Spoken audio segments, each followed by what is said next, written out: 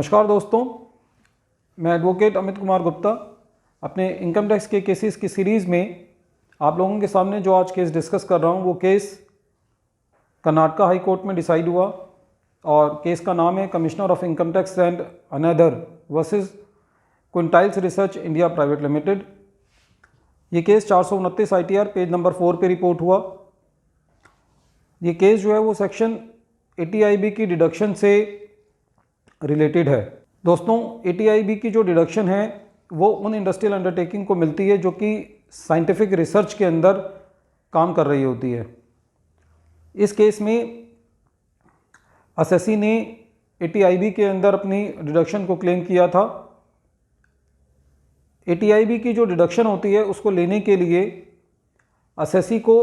Prescribed authority से approval लेना होता है। जो प्रेस्क्राइब्ड अथॉरिटी होती है जब वो अप्रूवल देती है तो वो असेसी के सारे डॉक्यूमेंटेशन को देखती है, असेसी के सारे मेमोरेंडम को देखती है, उसके काम करने के जो भी तरीके होते हैं और जिस फील्ड में उसने काम करना होता है उसका बारीकी से अध्ययन करने के बाद जो प्रेस्क्राइब्ड अथॉरिटी होती है वो असेसी को इस बात का एक प्रमाण पत्र देती है कि अब आप साइंटिफिक रिसर्च का काम कर सकते हैं। और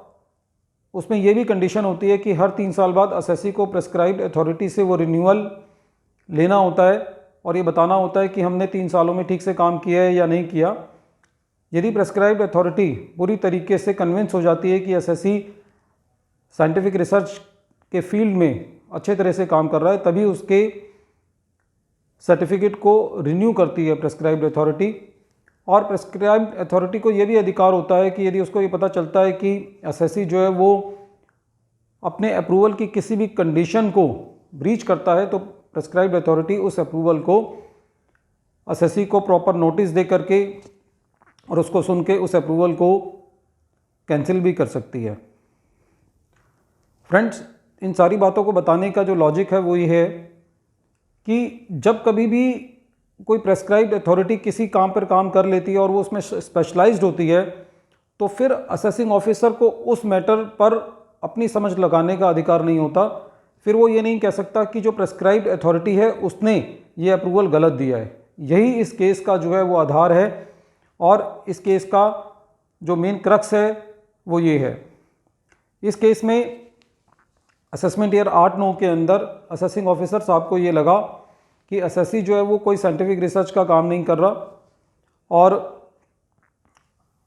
असेसी ने ये कह के 80IB की डिडक्शन को डिनाई कर दिया कि असेसी जो है वो प्रॉपर साइंटिफिक रिसर्च में के काम में नहीं है और वो खाली नेम सेक के लिए पेपर्स पर है और इस डिडक्शन को क्लेम कर रहा है। बाद में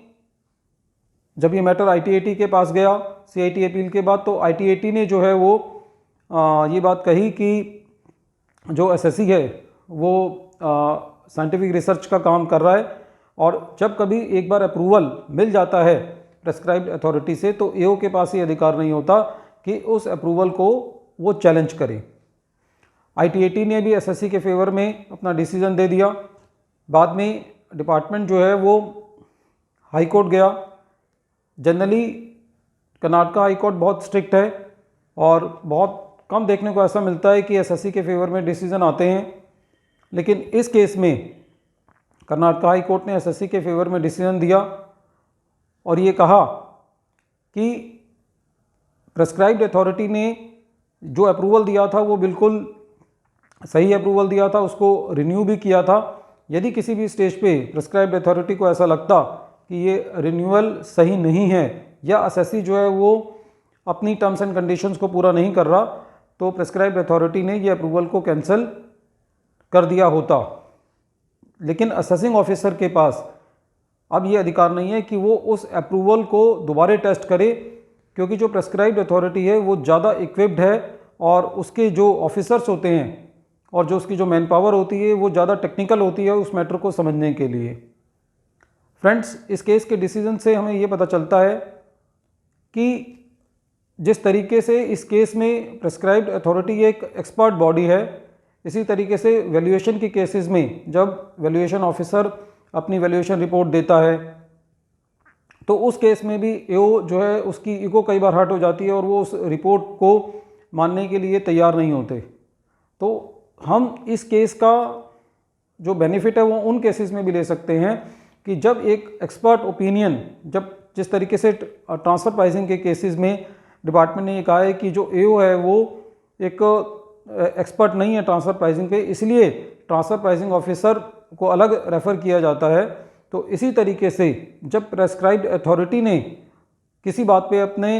पूरा एप्लीकेशन ऑफ माइंड किया है तो एओ को ये अधिकार नहीं है कि उस प्रेस्क्राइब्ड अथॉरिटी के